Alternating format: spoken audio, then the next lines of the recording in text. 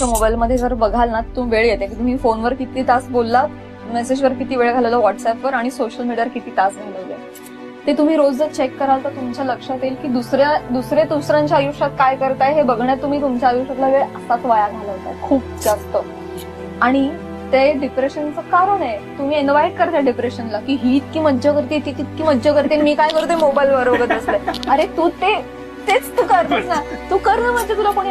पण तुला आवडतंय दुसरे मज्जा करताय ते बघायला, आणि दुसरे लोकांचं दुःख नाही ते सांगत आहेत आणि कोणीच सांगत नाही.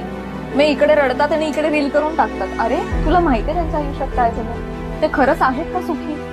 आपण आनंदी आहोत ह्याच्यावर आपला पटकन विश्वास बसत नाही. दुसरे आनंदी आहेत त्याच्यावर आपला पटकन विश्वास बसतो आणि त्यांचा आनंद बघून आपल्याला वाटतं की आपण दुःखात आहोत. ऍक्च्युली असं नसतं. सगळ्यांचं सगळं तेच चाललेलं असतं. तुम्ही ज्या ह्याच्यामध्ये आनंदी आहात, लोक त्याच्यामध्ये कदाचित दुःखी असतील, ते ज्या फील्डमध्ये खुशी आहेत ते तुमच्या थोडं कमी असेल, पण हे सगळं सगळ्यांचं सेमच आहे.